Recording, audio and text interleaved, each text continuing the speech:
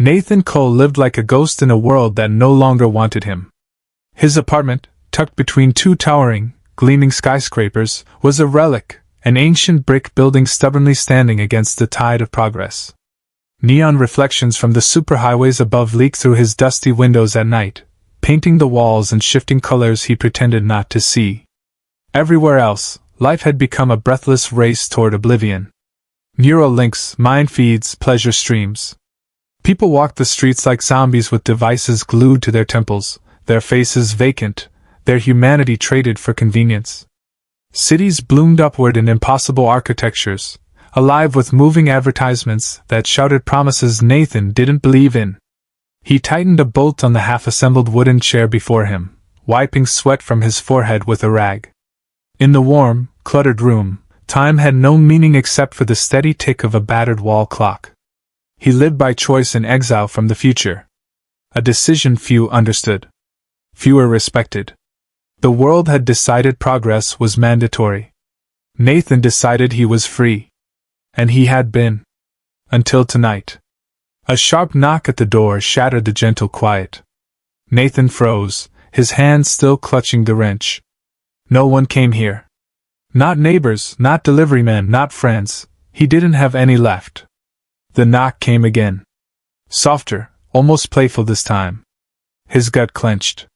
Moving cautiously, he wiped his hands on his jeans, crossed the room, and pressed his ear to the door. Silence. "Who is it?" he called, voice hoarse from disuse. No answer. Hand tightening around the doorknob, he cracked it open just an inch, peering into the dimly lit hall. What he saw made him stumble back a step. Standing before him was a woman, or close enough to it to fool his mind, if not his instincts. She was beautiful. Stunning in a way that made his chest tighten painfully. Her body was slender but curvy, with a narrow waist and soft, full hips framed in tight white shorts and a cropped tank top. Her skin, or rather, her fur, was a shimmering orange, short and sleek like a panther's. Feline ears twitched atop her head, and a long, lush tail curled lazily behind her. But it was her eyes that held him frozen. Deep, golden, predatory and playful all at once. "Hi!" she chirped, as if visiting an old friend. Before he could react, she stepped forward, pushing the door open wide with surprising strength and gliding into his living room like she owned the place. Nathan slammed the door shut on instinct, heart hammering. "Who the hell are you?" he barked, voice louder than he meant it to be. She twirled slowly in his living room, examining the walls, the messy piles of tools, the battered sofa with a critical but amused eye. "Vintage," she said approvingly. "I like it. Very rustic." "Answer me!" Nathan snapped. She turned to him at last, grinning mischievously, her small fangs just barely peeking out. "I'm your kitten."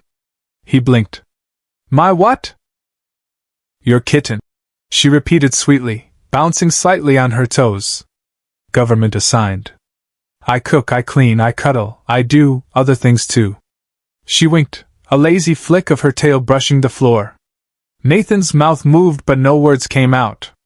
He stumbled backward toward the landline phone sitting on the kitchen counter, snatching it up and jabbing 911 with his thumb. Before he could hit call, she was beside him, lightning quick, holding up a small, gleaming silver tablet.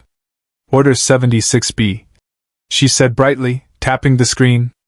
"Mandatory companion integration for citizens refusing Neuralink compliance. You were selected. Congratulations."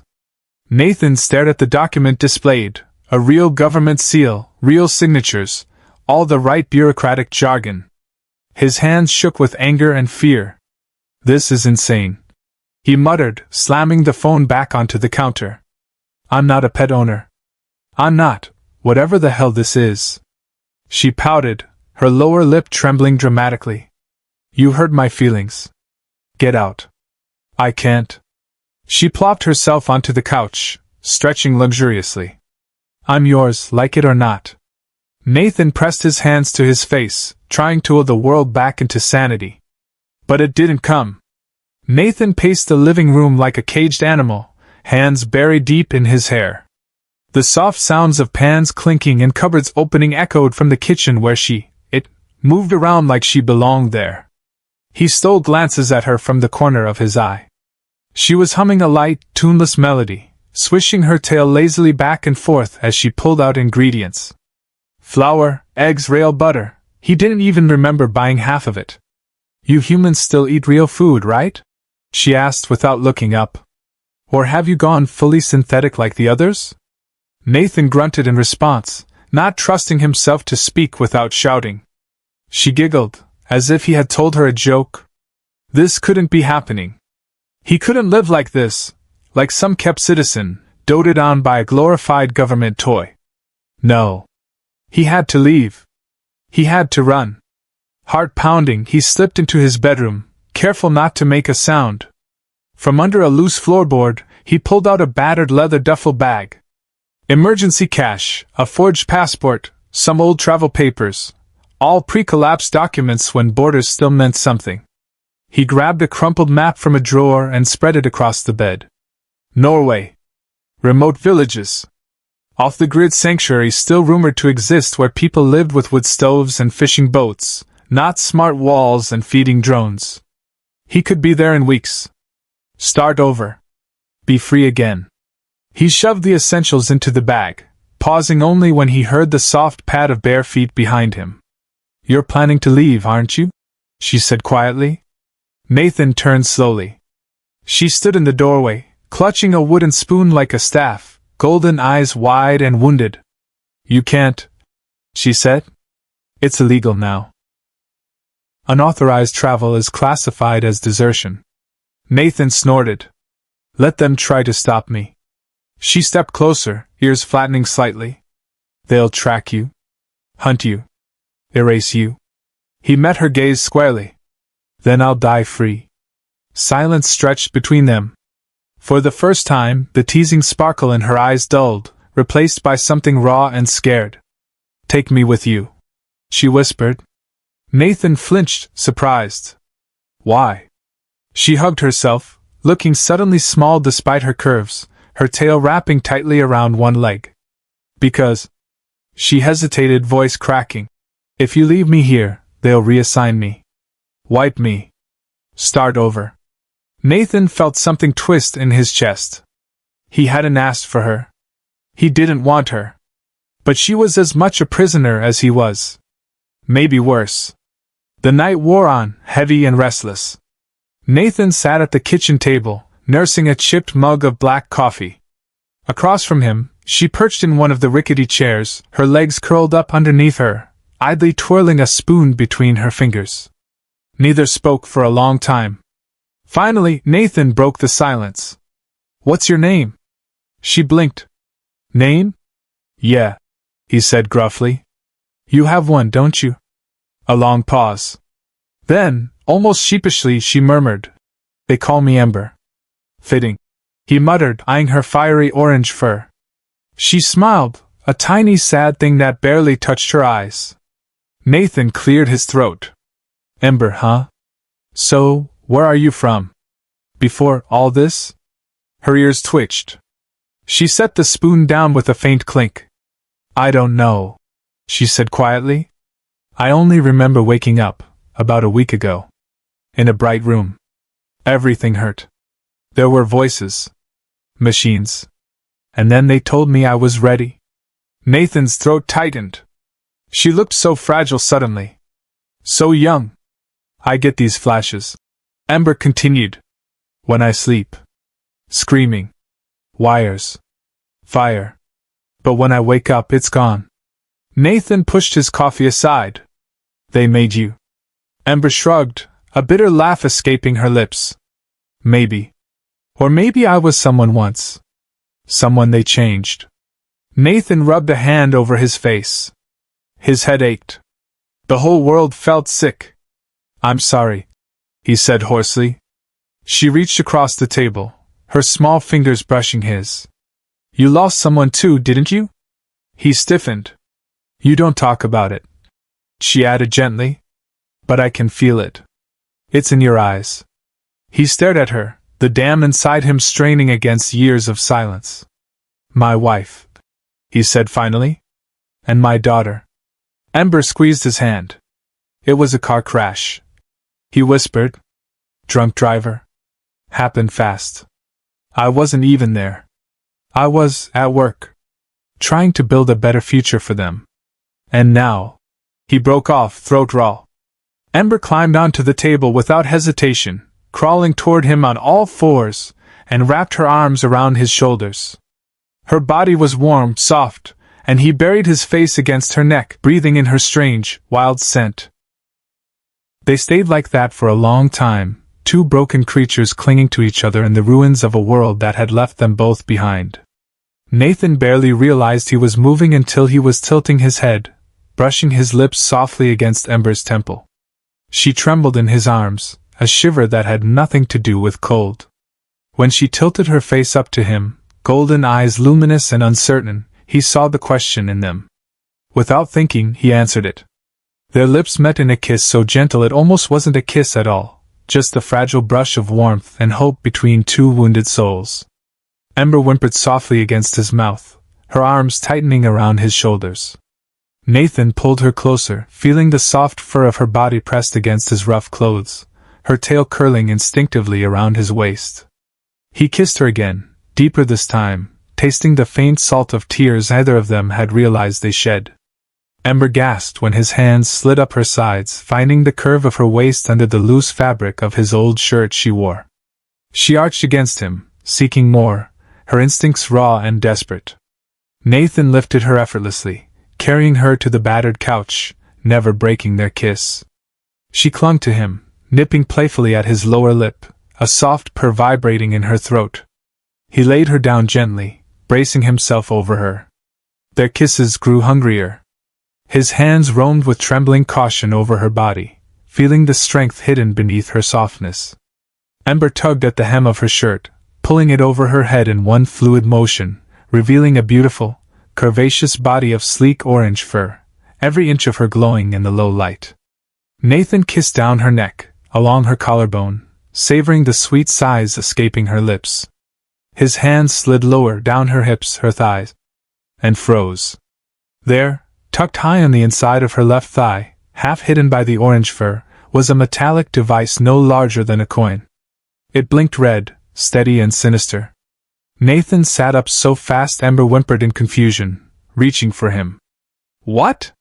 He pointed, voice low and dangerous. What is that? Ember followed his gaze. When she saw it, all the color drained from her face. Her hands fumbled at the device, trying to pull it free, but she cried out in pain when it refused to budge. I didn't know, she whispered, voice shaking. I swear. Nathan's heart pounded. His brain was already running wild, piecing the obvious together, a mandatory government pet. A living, breathing, thinking creature who didn't even remember her life before a week ago. A hidden tracker implanted under her skin. His blood ran cold. They weren't protecting him. They were spying on him. Controlling him. And Ember, whether she wanted to be or not, was the bait. Nathan grabbed a flashlight from his workbench, kneeling down beside Ember. She lay trembling on the couch, clutching the blanket to her chest as he examined the device more carefully. It was embedded deep into her skin, smooth as polished steel. Wires disappeared under the surface, connecting somewhere inside her body. No immediate seams, Nathan muttered, rotating the flashlight for a better angle. Surgical precision. Probably nano installation.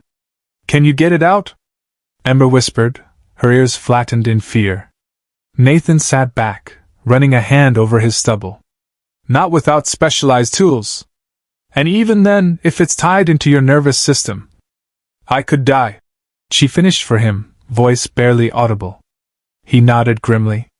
Ember pulled the blanket tighter around herself, shrinking into the couch. She looked so small suddenly, so heartbreakingly vulnerable. Nathan sat down heavily beside her, scrubbing both hands over his face. We're being watched, he said after a long, heavy pause. Everything you see, hear, say, they're recording it. And if I try to leave... Ember swallowed hard. They'll find me. Or worse. Nathan stared at the blinking light, fury and helplessness warring inside him. He hated the idea of running. But he hated even more the idea of being a puppet on a string. "We have to find out who's behind this," he said, voice low and determined. "And why?" Ember looked at him, her golden eyes wide and shining. "You're not sending me back?" she whispered. Nathan cupped her cheek gently. "You're not the enemy, Ember. You're a prisoner, just like me." Her lower lip trembled. She leaned forward, pressing her forehead to his chest, and he wrapped his arms around her without thinking. The world outside their little sanctuary was insane, poisonous, and closing in fast. But inside this tiny apartment, in the dark hush of midnight, a new alliance had been forged. An alliance that might just change everything. Nathan didn't sleep that night. Neither did Ember. While the city outside hummed and blinked with artificial life, Nathan spread his old laptop, notebooks, and a cluster of scavenged tech components across the kitchen table. Ember sat nearby, wrapped in a blanket, sipping a cup of tea she barely touched. "Okay," Nathan muttered, adjusting the cracked screen. "First things first. Find the signal." He had no neural link, but he had built scanners in the past, devices that could sniff out wireless emissions. He plugged in a handheld analyzer he had rigged together years ago, praying it still worked. The device buzzed to life, a soft green glow illuminating the tiny kitchen. Instantly, the scanner lit up. Multiple signals. But one was different. A narrow band pulse, rhythmic and coded, pulsing from inside the apartment. From Ember. "There it is," Nathan whispered. Ember leaned forward, her tail flicking anxiously. "What does it mean?" Nathan tuned the frequency manually, frowning. "Encrypted signal. Repeating pattern. It's broadcasting your location, and your bio readings." He turned the screen toward her. Ember's heart rate, body temperature, even emotional spikes were listed in real time. "Someone is monitoring you," Nathan said, anger simmering under his voice. "Who?" Ember asked, voice barely a breath. Nathan stared at the screen, mind racing.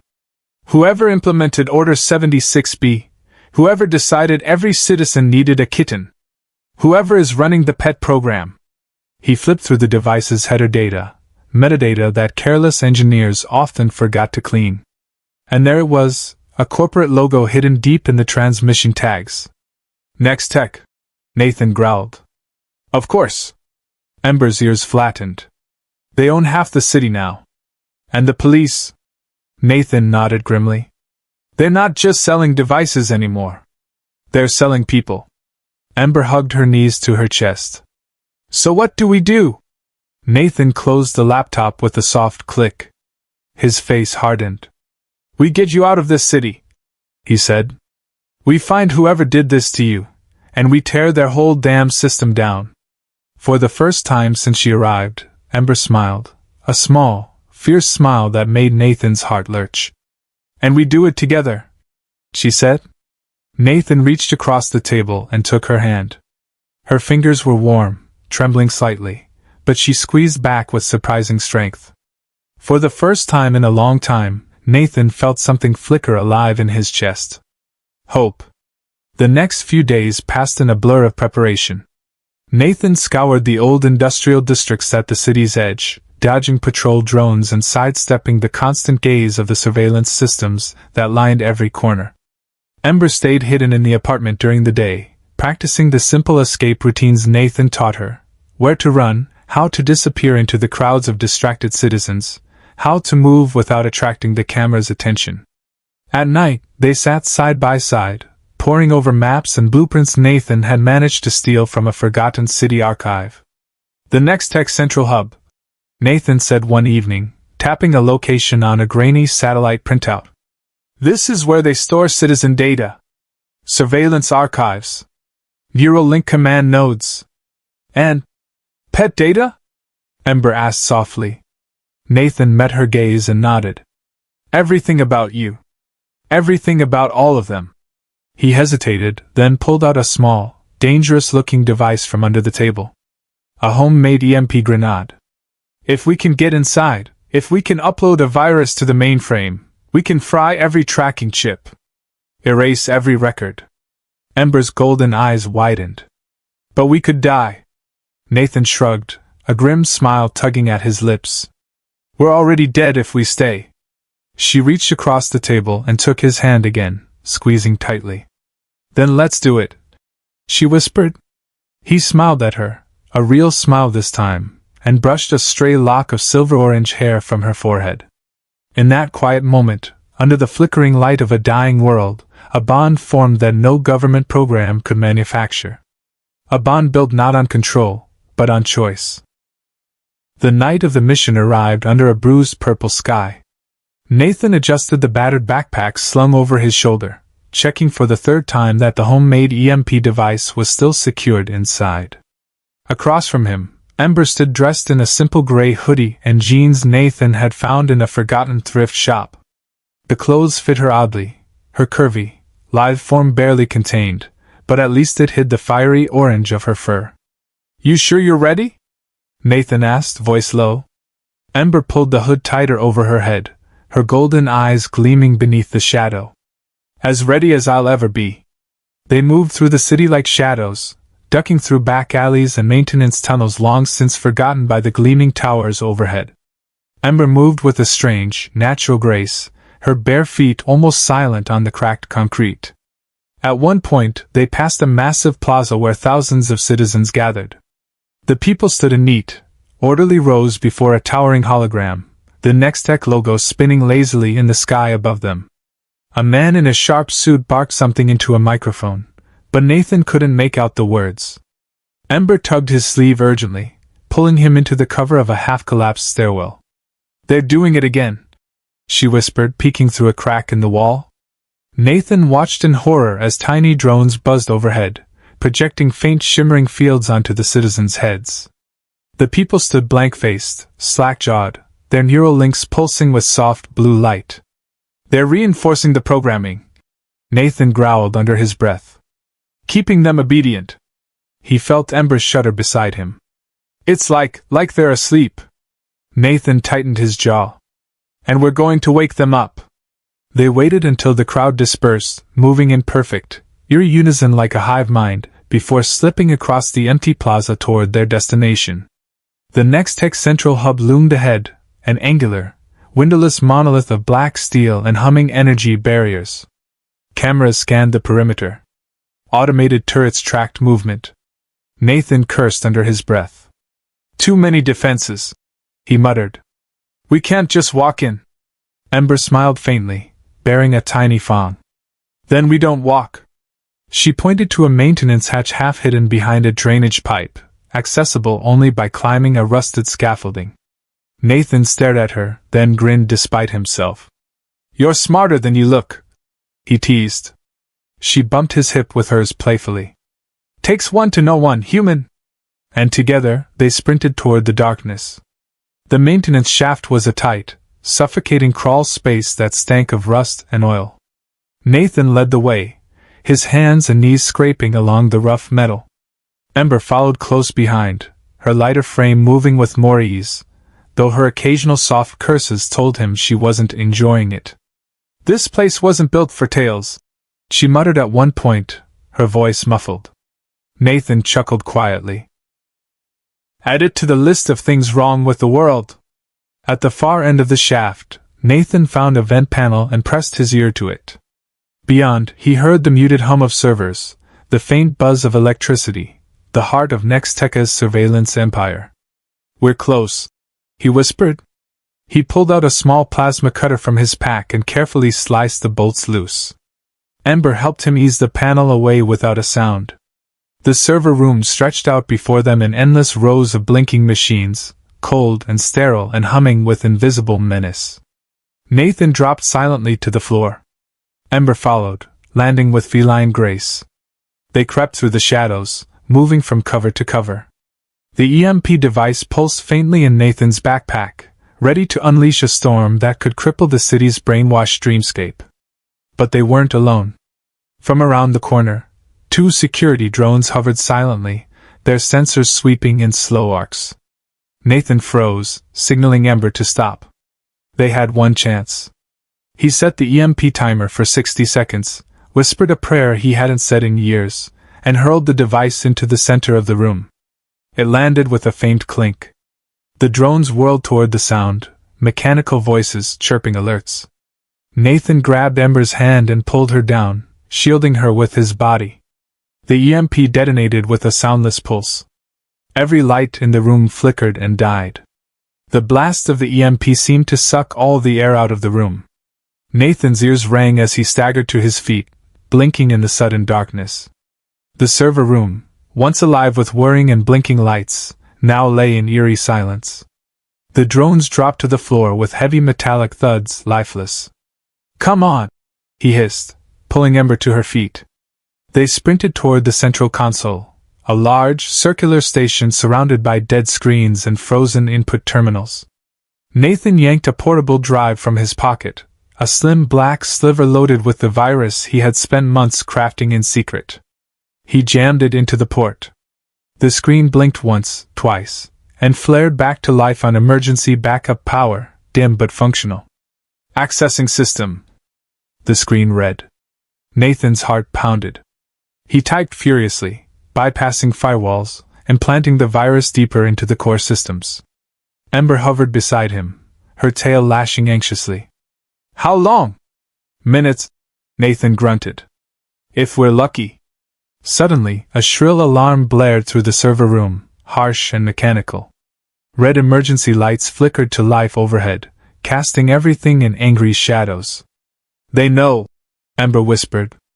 On the far side of the room, a door slammed open, and human security officers poured in, visors gleaming, rifles raised. "Get down!" Nathan roared, throwing himself in front of Ember. A shot rang out, sparking against the server bank behind them. Nathan ducked behind a console, shielding Ember with his body as best he could. "We're trapped," he hissed. "No way out!" "No," Ember said quietly. He turned to look at her, and froze. Her golden eyes were glowing, bright and alien. "Nathan," she said, voice trembling with something ancient and fierce. "I remember." Before he could ask what she meant, Ember rose to her feet. Bullets whizzed past her, but none struck her. They seemed to curve away at the last second, repelled by an unseen force. The air around her shimmered, crackling with raw energy. Nathan watched in stunned awe as Ember raised her hands, and the ground beneath the guards buckled, throwing them backward as if by an invisible blast. They hit the walls hard, weapons clattering from their hands. Silence fell. Ember stood in the center of it, breathing hard, her fur bristling, her body outlined in a faint, pulsing glow. Nathan rose slowly. His throat was dry. "You," he whispered, staring at her. "What are you?" Ember turned to him, her golden eyes still burning. "I'm not just a kitten," she said, her voice trembling with wonder and fear. "I'm something they tried to control." Nathan reached for her, and she collapsed into his arms. The virus uploaded with a soft ping. "Access granted. System override in progress." They had done it. But Nathan knew now, the real fight was just beginning. The virus worked faster than Nathan could have hoped. Within hours, word spread across the city like wildfire. Citizens stumbled out of their sleek apartments and offices, their neural links flickering and failing. For the first time in years, they looked around with their own eyes, confused, frightened, angry. The holograms went dark. The advertisements fell silent. The drones, deprived of their data feeds, hovered aimlessly before crashing to the streets below. Nathan and Ember watched it all from the rooftop of a deserted parking garage, wrapped in a blanket against the chill night air. "You did it," Ember whispered, her head resting against his chest. "We did it," Nathan wanted to say, but something darker gnawed at the back of his mind. "This is just the first crack," he said quietly, stroking her hair. "The system's bigger than one city." Ember tilted her face up to him, her golden eyes soft but determined. "Then we crack it again. And again." Nathan smiled faintly, pressing a kiss to her forehead. He tightened his arms around her, feeling her heartbeat thudding against his own. For the first time in years, Nathan felt something like real hope flickering to life inside him, not the manufactured kind, not the artificial dreams sold by corporations. Real, messy, painful hope. Beside him, Ember purred softly, her tail curling around his wrist. They would run. They would fight. They would love. And together, they would tear down the gilded cages of the world, one broken chain at a time. The dawn glimmered on the horizon, pale and hesitant. But it was real. And it was theirs. By the second day after the blackout, the city teetered on the edge of chaos. Without constant surveillance, the people were waking up. Protests sparked in the squares. Fires burned in alleys. The facade of order was crumbling fast, and the government's response was swift and brutal. Mobile enforcer units rumbled down the streets, heavy tanks with Nero reintegration beams mounted on top. They weren't trying to reason with anyone. They were trying to reprogram them. Nathan watched from the window of their cramped rooftop hideout, fists clenched at his sides. He had thought disabling the data would free everyone. Instead, it had only made the system show its true teeth. Ember approached him quietly, wrapping her arms around his waist from behind, her cheek resting against his back. "We need to go," she whispered. "Now. Before they trace us." Nathan covered her hands with his own, squeezing gently. He turned and kissed the top of her head. "Norway," he said. "We stick to the original plan." Ember nodded. "I found an old shipping manifest. A freighter leaves the northern docks tonight. No Neuralink checks. Just physical cargo." Nathan smiled grimly. "Perfect." They packed quickly, only what they could carry: cash, fake papers, a few supplies. Nathan tightened the straps on his battered duffel bag and adjusted the thick coat over Ember's delicate frame to hide her ears and tail. As the sun dipped below the broken skyline, they slipped into the growing crowds moving toward the docks. The air was thick with tension. People shouted, banners waved, and enforcer drones hovered overhead, scanning faces and broadcasting monotone orders. Nathan tightened his grip on Ember's hand as they moved through the throng, weaving through shattered neon signs and overturned market carts. "You okay?" he asked, leaning down so she could hear him over the noise. Ember nodded, her hood casting deep shadows over her golden eyes. "Just stay close." They made it within 2 blocks of the docks before the blockade hit. Rows of armored troops, faceless behind mirrored visors, formed a living wall across the streets. Heavy cannons stood ready behind them. Loudspeakers blared orders for the crowd to disperse. Panic rippled through the mass of people. Nathan cursed under his breath. "Alternate route." They ducked into a side alley just as the enforcers opened fire with non-lethal pulses, dropping dozens of people like rag dolls. Ember clung to him, breathing hard, her tail wrapped tightly around her thigh beneath her coat. "This way," she urged, spotting a narrow stairwell leading down to the maintenance tunnels under the city. Nathan didn't hesitate. Hand in hand, they fled into the underworld. The maintenance tunnels were a decaying labyrinth. Pipes hissed steam into the air. Rust flaked from every surface. Rats scurried away at the edges of the dim flashlight Nathan held steady in front of them. The roar of the city above faded into muffled thunder as they descended deeper. Nathan led the way through the narrow, winding corridors, consulting a crumpled maintenance map he had stolen months ago. Ember stayed close behind, her steps eerily silent. At a crossroads deep underground, Nathan paused, holding up his hand. Ember nearly bumped into him, clutching his coat for balance. Ahead, 2 enforcer drones hovered in the gloom, their sensor lights sweeping lazily across the tunnel walls. "Too close to the surface," Nathan whispered. "They're sweeping the sewers." Ember's golden eyes flicked around the junction. "There," she breathed, pointing to a corroded hatch half hidden behind a collapsed support beam. They scrambled over the debris, slipping through the narrow gap. Inside, the air smelled of salt and rot. Nathan realized they had reached an old maintenance shaft leading to the waterfront. They climbed, rung after rusted rung, up toward freedom. Halfway up, Ember slipped. Nathan caught her wrist with one hand, grunting with the effort. Her hood fell back, revealing her feline features in full. A sensor light from the street above swept past the hatch opening. Nathan yanked her up into the shadows just before the beam hit them. They lay there for a moment, tangled together, chests heaving, the world balanced on a knife's edge above them. Ember looked up at him, her hair falling in her face. "Still think I'm just a burden?" she whispered, a teasing glint in her eye. Nathan laughed softly despite himself, brushing the hair from her cheek. "You're the best thing that's happened to me in a long, long time." They kissed again, desperate and real, before forcing themselves onward. Freedom was close. They just had to survive the last stretch. The waterfront smelled of brine and burnt oil. Nathan and Ember crouched behind a stack of abandoned cargo crates, the cold mist from the sea clinging to their clothes. Ahead, the freighter loomed massive and dark, its silhouette barely visible against the horizon. Workers moved in slow, disjointed patterns, most too busy, too tired, or too mind-numb to notice two fugitives. But soldiers were here too. Nathan counted at least 4 armed patrols prowling the docks, rifles slung loosely but ready. The authorities had tightened the port security overnight. No official departures without Neuralink scans. No unsanctioned travel. The freighter was their last shot. Nathan leaned close to Ember, feeling her shiver slightly in the damp cold. Her golden eyes locked onto his with fierce determination. "Stay behind me," he whispered. "We move on my mark."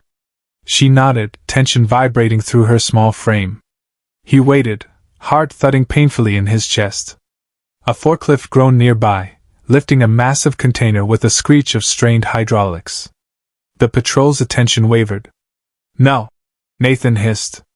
They sprinted, weaving between crates and machinery, boots slapping silently on the wet concrete. At the freighter's loading ramp, 2 guards stood lazily talking, weapons resting against the railing. Nathan didn't think. He charged. The first guard barely had time to turn before Nathan barreled into him, knocking him sprawling with a grunt. Ember, swift as lightning, darted forward and swept the legs out from the second guard with a feral grace that made Nathan's jaw clench in admiration. The guards groaned, stunned but not unconscious. Nathan grabbed Ember's hand, dragging her up the ramp into the shadowed depths of the freighter's hold. Alarms blared behind them. "Go!" Nathan barked, shoving her ahead. They raced through the cavernous ship, past stacks of cargo and sleeping crew members. They found a small maintenance closet near the engine room, dark, dusty, forgotten. Nathan slammed the door shut and collapsed against it, chest heaving. Ember sank into his arms without hesitation, burying her face against his chest. "We made it," she gasped, voice shaking. Nathan hugged her tight, pressing his lips to her hair. "For now," he said grimly. The freighter rumbled beneath them as it pulled away from the dock. They were free. Or so they thought. The ship's first hours at sea were tense and sleepless. Nathan kept a hand on Ember's back as they sat huddled together in the cramped closet, listening for any hint of footsteps or alarms. The walls vibrated faintly with the steady thrum of the massive engines. "I can't believe we did it," Ember whispered, her breath warm against his neck. Nathan chuckled dryly. "I'm still waiting for someone to kick down the door." She nuzzled closer. "They won't find us. I can hear them moving, but they're not checking every room." Nathan smiled despite himself. "Super hearing too?" Ember shrugged playfully. "You humans cut corners when you made me." He tilted her chin up, studying her glowing golden eyes. "They didn't make you," he said softly. "They woke you up." She blinked, her tail curling instinctively around his waist. "You really believe that?" Nathan leaned in, brushing his forehead against hers. "I know it." Their kiss was soft at first, tentative, 2 people still surprised by the spark between them. But it deepened quickly, hunger and fear and hope colliding. Nathan's hands roamed over her sides, memorizing every curve, every soft sound she made against his lips. But as he tugged at the hem of her hoodie, his hand brushed something cold, something embedded just under her skin near her lower back. He froze. Ember sensed the shift immediately, pulling back to search his face. "What is it?" she whispered. Nathan swallowed hard. He moved the hoodie aside, revealing a small, almost invisible port, metallic, pulsing faintly. Another device. Another leash. Ember followed his gaze, her breath hitching. No, she said, shaking her head violently. I didn't know. I swear. Nathan pulled her into his arms, feeling her tremble. I believe you, he murmured. But it means they're still connected somehow. Still watching. Ember buried her face in his chest. What do we do? Nathan stared into the darkness beyond the closet door. We find a way to cut the cord, he said grimly. And then, he added, a dangerous fire sparking in his voice, we make them pay for what they did to you. The freighter's engines droned through the night as the ship cut across the cold, black sea. Nathan and Ember stayed hidden for the better part of 2 days, slipping out only when the corridors were empty to steal scraps of food and water from the galley. The crew never noticed them. Most of them were half brainwashed, their neural links still running corrupted backup programs that hadn't fully shut down after the blackout. It was a ghost ship. On the third evening, the captain's gruff voice came over the battered loudspeakers, announcing their approach to an independent port outside the Old World territories. A free zone. Unregulated. A place where the system's grip was weak, at least for now.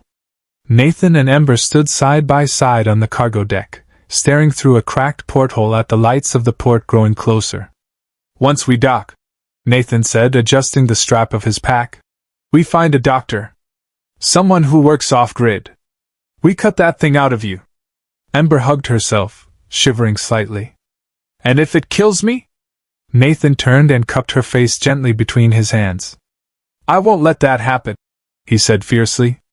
She searched his eyes for a long moment, then nodded, trust written in every trembling breath she took. As the ship bumped against the worn concrete dock, they slipped off under the cover of darkness, blending into the crowds of workers and vagrants that swarmed the waterfront. The port city was nothing like the shining monolith they had fled. It was chaotic. Dirty.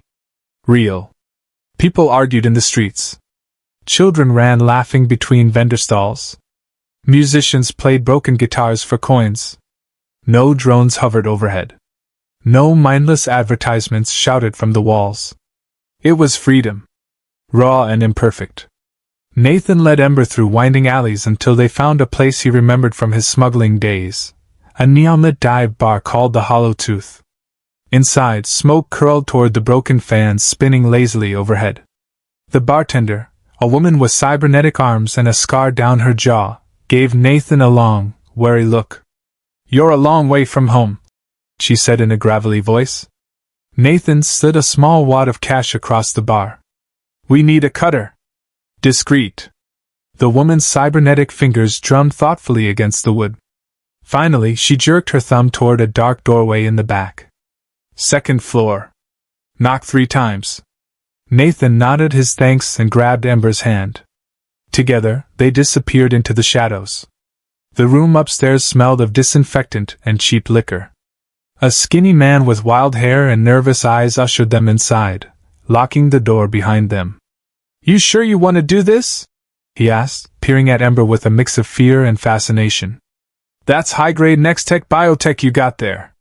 Might be laced with tripwires. We don't have a choice, Nathan said.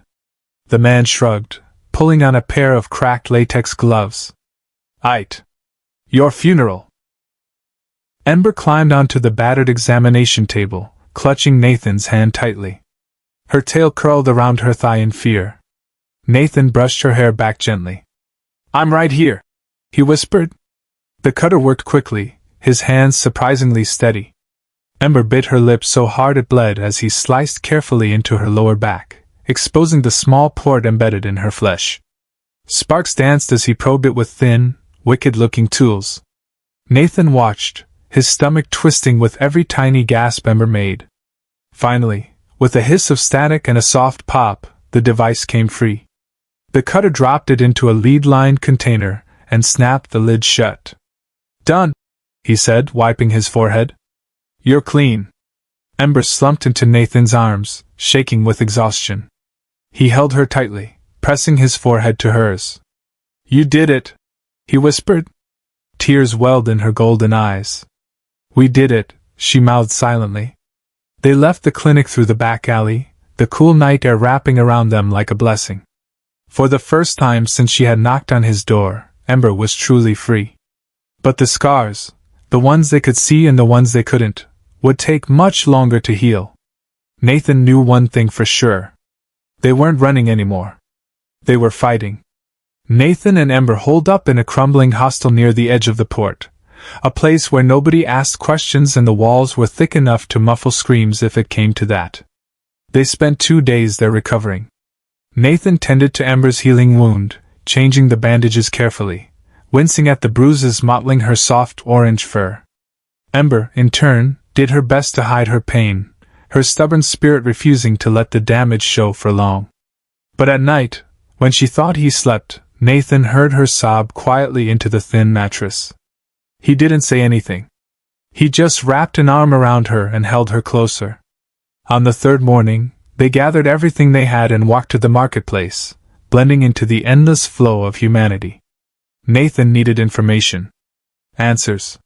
And the underground always knew where to find them. A grizzled old man hawking hacked comms gear pointed them to a black market data broker operating out of a hidden speakeasy beneath an abandoned textile factory. The speakeasy smelled of rust and old whiskey. Holographic lanterns flickered weakly in the smoky air. Nathan and Ember found the broker hunched in a booth surrounded by stacks of cracked data tablets and ancient computing relics. He was an ancient thing himself, wiry and weathered, with a cybernetic eye that whirred every time he blinked. "You seek forbidden fruits," the broker rasped when Nathan explained what they needed. "Dangerous ones." Nathan slid a thick roll of cash across the table. "I'm tired of eating lies." The broker chuckled, a sound like gravel scraping metal. He tapped a few commands into a battered device and projected a hologram between them. Nathan and Ember leaned in. What they saw made Nathan's blood run cold. The pet program, Ember's program, was only the beginning. Nextech had plans to expand the brainwashing across all sectors. Children raised from birth with implanted obedience circuits. Workers hardwired into endless loops of productivity. Soldiers who would kill without hesitation or remorse. The kittens were just prototypes. The real nightmare was still to come. Ember's hand found Nathan's under the table, squeezing tight. "We have to stop it," she whispered, her voice trembling with fury. Nathan nodded grimly. "We will," he said. "But not alone." The broker leaned forward, his cybernetic eye glinting. "There are others," he said softly. "Others like you." He slid a battered data chip across the table. "A spark," he said. "Ready to become a fire." Nathan pocketed the chip without hesitation. He and Ember weren't alone anymore. The rebellion had begun. The chip contained a single encrypted address, coordinates deep in the mountain wilds beyond the broken cities. A place where fugitives, freethinkers, and the last unmodified humans gathered, hidden from the eyes of Nextech's soulless machine. It was a long journey. Hard and dangerous. But Nathan and Ember didn't hesitate. They traveled by night, avoiding main roads and cutting through the broken skeletons of forgotten towns. Rain fell in cold, slashing sheets. Food ran low. Nathan's boots tore open along the seams. Ember's wound reopened twice, staining her coat a sickly brown before he could stop the bleeding. But they pressed on. Because the world wasn't going to save itself. One night, after trudging through a ruined highway swallowed by vines and moss, they set up a small fire in the hollow shell of an old gas station. Nathan wrapped Ember in his coat and sat close beside her, staring into the flickering flames. "You're still shivering," he murmured, pulling her closer. She rested her head against his shoulder. "I'm okay. Just tired." Nathan kissed her hair gently. "You're the strongest person I know." She smiled weakly. "That's only because I have you." He pulled back slightly, tilting her chin up so he could look into her eyes. "Ember," he said softly, "when this is over, when we win, I want you with me. Always." Tears welled up in her golden eyes. She leaned in and kissed him, slow and tender, pouring every ounce of trust and love she had into that moment. When they broke apart, the fire crackled and popped, casting dancing shadows around them. "We're gonna make it," she whispered. Nathan smiled, his heart aching with fierce hope. "Together," he said. And in that broken world, beneath the endless, indifferent stars, their love burned brighter than any flame. They reached the Resistance hideout 2 days later. Hidden in the folds of an ancient mountain range, the entrance was nothing more than a crack in the rock, half obscured by thick, gnarled vines. Nathan found it only by following the old map encoded into the data chip, counting every worn stone and forgotten path like sacred steps. The moment they slipped through the narrow passage, everything changed. Warm lights glowed deep underground. The air smelled of earth and wood smoke. Tunnels wound deeper into the heart of the mountain, branching off into bunkers, workshops, living quarters. And everywhere people. Real people. Humans of every age and background, faces hard with determination but eyes bright with life. Some wore patched jackets emblazoned with the image of a broken chain. Others bore scars from old battles, both physical and unseen. At the center of it all stood a tall woman with iron-gray hair pulled back in a warrior's knot. Her clothes were simple, worn leathers and canvas, but she radiated authority with every step. She approached Nathan and Ember as they emerged into the main cavern, a half-dozen armed fighters flanking her at a respectful distance. "You're the ones who burned the hub," the woman said without preamble, studying them with a sharp gaze. Nathan nodded, pulling Ember a little closer to his side. The woman smiled faintly. "Good. We need firebrands." She extended a hand. "Name's Mara. Leader of this ragged circus." Nathan shook it firmly. "Nathan. This is Ember." Mara's gaze softened slightly when she looked at Ember, noting the orange fur, the feline features, the healing wound on her back. "We heard rumors," Mara said quietly, "of the ones they built. We never thought any would break free." Ember straightened, her tail flicking proudly. "I'm not theirs anymore." Mara grinned, a flash of admiration in her hard face. "Damn right you're not." She clapped Nathan on the shoulder. "Come on," Mara said. "We've got plans to make. Nextech's reign is about to end, and you two just became part of the spear aimed at their heart." Nathan glanced down at Ember, who squeezed his hand tightly. Together, they followed Mara deeper into the mountain. The fight for the world was just beginning. The underground base buzzed with activity. Nathan and Ember were quickly folded into the fabric of the Resistance, assigned quarters deep in the tunnels and access to what little tech the rebels had salvaged. Old computers, reprogrammed drones, hand-forged weapons. Hope and desperation woven together. At night, Nathan and Ember would lay together on the narrow cot, bodies tangled for warmth, whispering dreams into each other's ears. "I used to dream of running away when I was trapped in that city," Ember confessed one night, her fingers tracing idle patterns on Nathan's chest. "I just didn't know what I was running to." Nathan kissed the top of her head, breathing in her wild, sweet scent. "You found it now." "You," she whispered. "Us," he corrected gently. During the day, they trained. Nathan sparred with other fighters, sharpening muscles that had dulled in years of isolation. Ember, light and fast, learned to wield knives and move through the shadows like a ghost.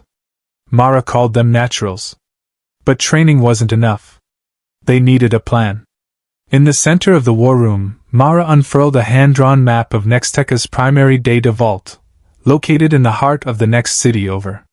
It was the central brain now that the original hub had fallen. "This is where they rebuilt their network," Mara said, stabbing the map with a knife. "Destroy it, and we send a message no one can ignore." Nathan leaned in, studying every hallway, every checkpoint. It was suicide. And yet, he knew they would go anyway. Beside him, Ember grinned fiercely, her golden eyes shining. "We'll bring it all down," she said. Nathan smiled grimly. "No matter what it takes." 3 nights later, under a sliver of a dying moon, Nathan, Ember, and a team of 6 resistance fighters set out. The world above the mountain was a wasteland. Cities flickered dimly in the distance, great sickly organs of Nexteca's rotting empire. Between them stretched the old highways, cracked and broken, policed by surveillance drones and patrol squads. The team moved swiftly, avoiding roads, ducking into forests where wild trees had reclaimed the earth. Ember ran like a creature born of the wilderness, her orange fur blending with the shadows, her senses tuned to every distant thud of boots or whir of machines. Nathan stayed close to her side, his pulse steady. He trusted no one else. Not even Mara, despite her fierce words and bold plans. Nathan had learned long ago that in desperate times, betrayal was always waiting just out of sight. They reached the outskirts of the new data vault by the second night. It rose from the ground like a wound, an ugly slab of chrome and steel surrounded by electrified fences and guard towers. Searchlights cut jagged paths across the perimeter. 3 minutes between patrols, Ember whispered, crouched low beside Nathan behind a tangle of dead bushes. We can slip through the west side. Nathan nodded, squeezing her hand briefly. They moved like shadows, darting through the blind spots, scaling the fence with quiet, desperate speed. Inside, the vault pulsed with life, data humming through fiber-optic veins, blue light pooling across the sterile floors. Their mission was simple: plant the virus Nathan had refined since the hub blackout, something stronger this time, something permanent, and overload the entire grid. The others split off to set charges on backup generators. Nathan and Ember moved toward the main server core. Every step closer, Nathan felt a growing weight pressing down on his chest. He risked a glance at Ember. She smiled at him, small, brave, aching, and he knew without speaking that if they failed, at least they would fail together. He squeezed her hand again. This was it. The final strike. They reached the core with seconds to spare. A massive cylindrical chamber stretched before them, walls lined with humming servers stacked to the ceiling. In the center stood the primary control console, pulsing with data feeds, protected by a skeletal dome of energy fields. Nathan knelt by the maintenance panel and worked quickly, pulling wires, rerouting circuits, planting the virus into the mainframe's bloodstream. Almost there, he muttered, sweat dripping from his brow. Footsteps echoed behind them. Ember spun, knives flashing into her hands. A squad of enforcers poured through the door, weapons drawn. Nathan finished the upload and ripped the drive free just as the first shots rang out. He grabbed Ember's wrist, and together they dove behind a server stack. "Ember!" he shouted over the gunfire. "We have to reach the failsafe." The failsafe, a manual override buried deep beneath the building, would trigger the overload, burning the entire facility to the ground. But they had seconds at best. Ember locked eyes with him, fierce and wild. "I'll cover you," she said without hesitation. Nathan's heart lurched. "No! We go together." But she was already moving, fast and fluid, a blur of orange fury and flashing steel. She tackled the first enforcer before he could fire, wrenching the rifle from his hands and hurling him into a wall with strength that stunned Nathan even now. She was beautiful. Terrifying. Alive. Nathan sprinted for the stairwell, Ember's roars and the clash of combat ringing in his ears. He didn't look back. Because he knew she would find him again. She always did. Nathan's boots thundered against the steel stairs, heart pounding against his ribs like a war drum. The failsafe chamber was hidden 3 levels below the server room, a contingency only the oldest engineers had even whispered about, back when redundancy still mattered more than profit. He slammed through a heavy maintenance door and staggered into the control room. It was small, dimly lit by flickering emergency lights, a dusty console standing like a forgotten altar at the far end. Nathan didn't hesitate. He ripped the override panel open and jammed the virus drive into the ancient port. The console sputtered to life, hissing a warning in a cold mechanical voice. "Warning, system core detonation in T-120 seconds. Nathan exhaled shakily, leaning on the console for a moment. It was done. Now he just had to get out. Turning, he sprinted back toward the stairs, taking them 2 at a time, lungs burning with every breath. Above, he could still hear faint echoes of fighting, muffled gunfire, angry shouts. "Ember," he whispered harshly. When he burst back into the server room, the world tilted. The ground trembled underfoot, systems overloading, conduits sparking. Ember stood in the middle of the wreckage, breathing hard, blood matting the orange fur on her arms and chest. A dozen guards lay crumpled around her, unconscious or worse. Her eyes locked onto Nathan's the second he appeared. Relief. Fierce, blinding. They ran for each other without a word. Nathan swept her into his arms, ignoring the ache in his muscles, the rawness of her wounds. "We did it!" he gasped into her hair. She laughed, a broken, beautiful sound. "You did it!" "No!"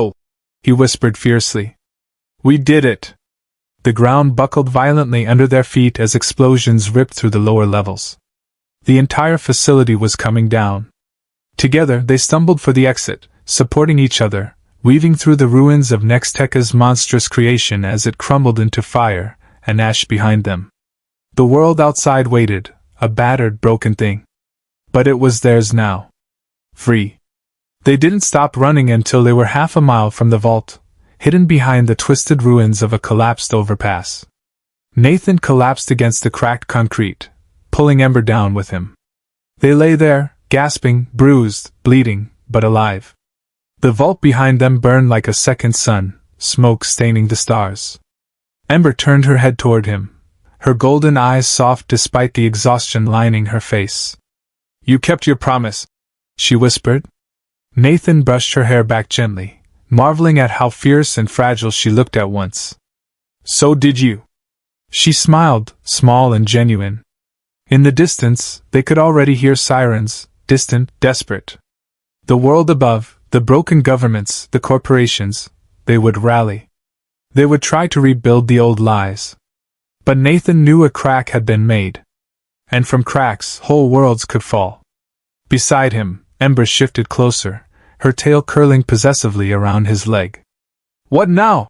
she asked, voice sleepy. Nathan leaned his head back against the cool stone, watching the smoke curl into the endless black sky. "Now," he said slowly, "we find the others. We teach them what it means to be free." He turned to her, cupping her face in his hands. "And we live," he said. "Really live." She closed her eyes and kissed him, slow, deep, and filled with a promise stronger than any machine. Above them, the first light of a new dawn began to creep over the horizon. And for the first time in WH.